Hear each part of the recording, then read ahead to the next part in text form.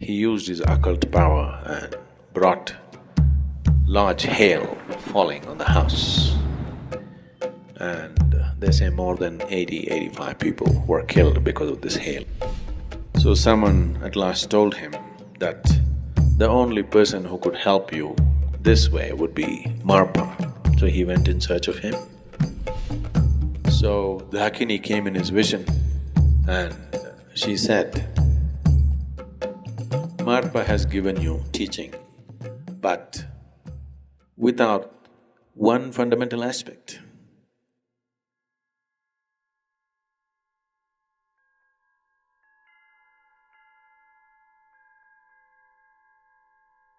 Tibet as a culture, Tibet as a spiritual process. Some of the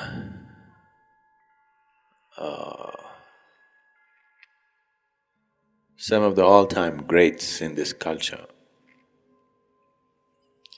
have been a combination of spiritual process and occult.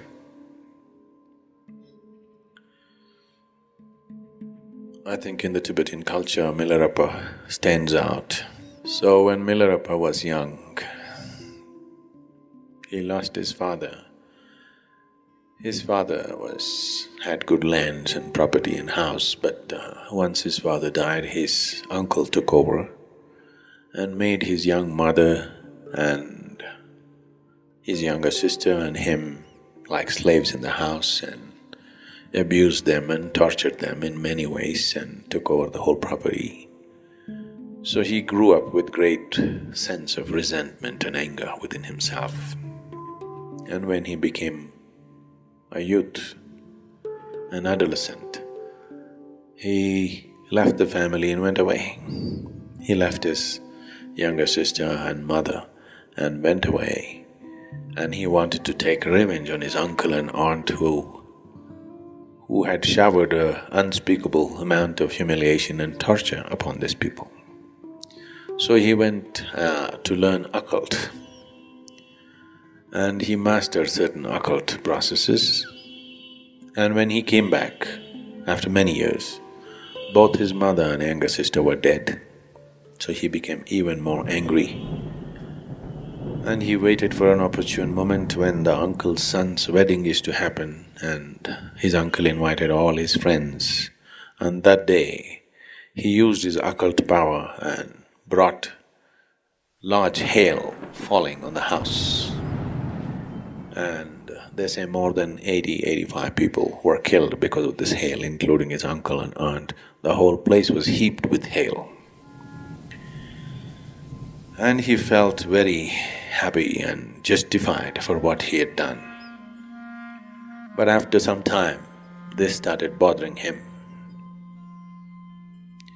If any human being is sensitive, the moment he misuses something, it'll bother him from within. You have to be in a certain level of grossness to continue that process, otherwise you cannot. Because the very nature of how this life is made, if there is a misuse at a very fundamental level, it is not conscience. I'm not talking about social conscience, I'm not talking about morality. Something much deeper will get disturbed. So similarly, for Milarepa, having done this, something deep inside him got disturbed. So he decided that he has to absolve himself of all this. He thought he has misused life in a very fundamental way. Whatever the justification, he has misused the fundamental process of life, so he wanted to seek the spiritual process. He wanted something with which in this life he will be freed. So he went in search of masters and he went to many people, and all of them were sincere enough to admit that they did not know how to attain realization in this life. They said, we can teach you something which will evolve you. Practice compassion, practice kindness, practice love, slowly you will evolve from lifetime to lifetime. He was not satisfied with those things, and still a certain level of anger was still burning within him. A certain regret certain resentment, certain mixture of anger. A whole cocktail was going within him. So someone at last told him that the only person who could help you this way would be Marpa. So he went in search of him. When he approached the town in which Marpa lived, he met a bunch of children and he asked them. Marpa was known as the translator because he was titled as a translator because he was the one who translated all the great tantric Indian texts into Tibetan language. So he was always known and revered as the translator because he brought that knowledge here. His credentials were 3 times he had traveled to India and met certain masters and gotten teachings from them, methods from them, and the texts from them, and he had translated that to local languages. So when he asked, where is Marpa the translator, one child said, I know where he is, and he took him to the field where Marpa was ploughing the field. So when he took him there, Marpa looked at him and left the plough in the field and gave him a gourd of beer, locally brewed beer. Said, drink this and then plough the land. So Milarepa drank that and ploughed. Marpa left and a child stood there. After he completed the ploughing, he didn't know what to do. He stood there. Then the child came and said, it's time for you to come.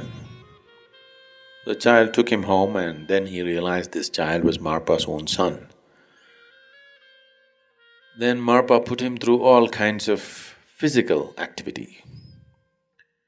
Milarepa bowed down to him and asked him, I want Dhamma from you.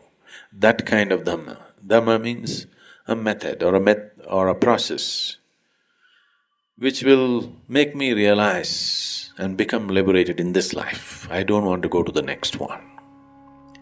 And also, please be kind enough to give me food and shelter. So Marpa said, you choose. If you want, I'll give you food and shelter. Choose Dhamma elsewhere. Look for Dhamma elsewhere. Or I'll give you Dhamma, you get your food and shelter somewhere else. This is the choice. So Milarepa said, okay, I want your Dhamma, I'll get my own food and shelter. So he went out begging. This is a very spirited man, whatever he does, he little overdoes. So he went out begging and he went far. And he gathered sacks of wheat. He's gathering enough for the whole year so that he can sit here and learn his Dhamma.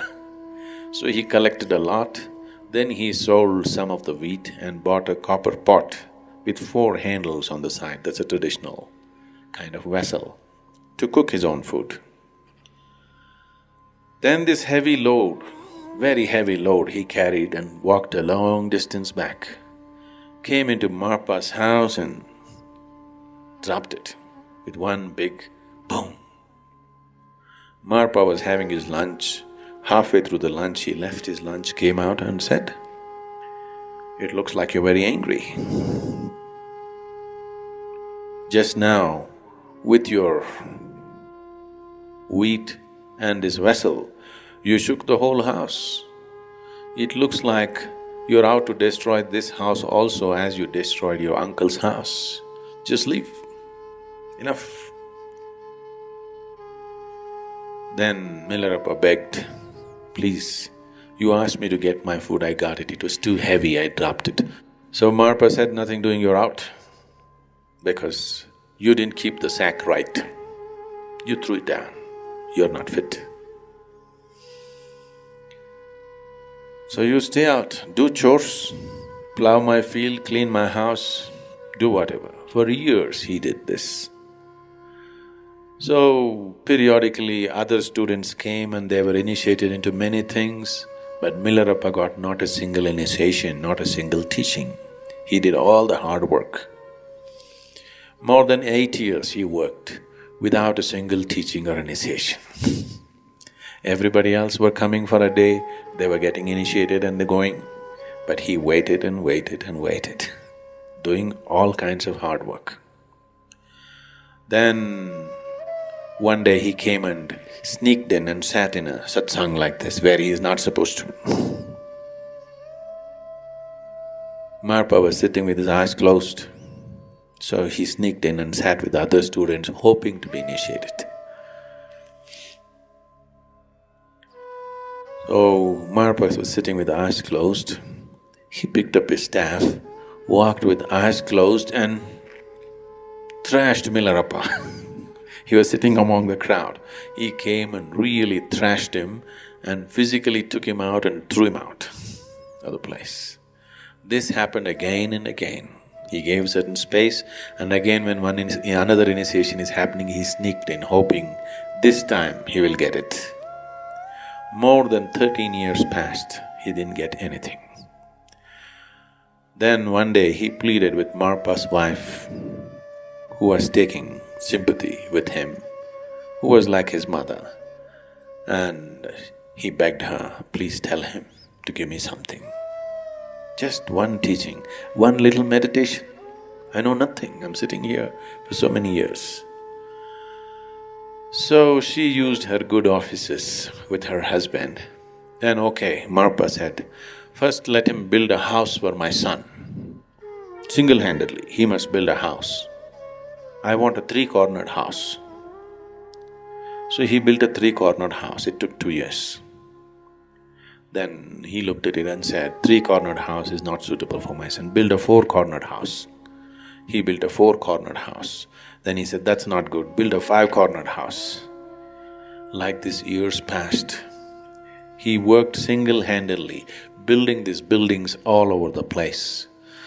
Then he said, that is okay, but I need a 60-foot high tower for my son's house. So he built 60-foot high towers, 4 towers at 4 corners of the house. By then he was aging. Then one day he went and crawled at the mother's feet and asked, please do something, my life is passing away. I have not even been given a single teaching. What is this?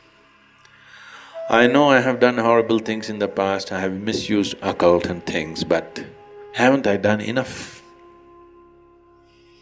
So taking little compassion out of place, she took Marpa's letterhead and wrote a letter to another monk who was also empowered to initiate.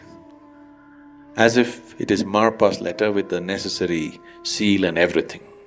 So it gave to Milarepa and Milarepa went to that monk and got initiated. But then nothing happened. Then that monk was shocked. When I initiate something should happen, nothing is happening, what to do? Then Marpa came to know and he called him and got the monk also decertified. Then in utmost remorse, Milarepa was about to commit suicide. Then Marpa called him and then he said, okay, sit down. And he gave him teaching. He said, for what you have committed in the past, I was just giving you methods to work it out, but you are taking your time unnecessarily. If you just go by my word, this would have been over long ago. But you do everything and you take one sneaky way out. Because of that one sneaky way, you're postponing everything for many years. Now your remorse is truly touching the very core of your being. You're willing to die for it. Now you're ready, and he initiated him. And on the very third day, Milarepa had a vision of Dakini. You heard of Dakini?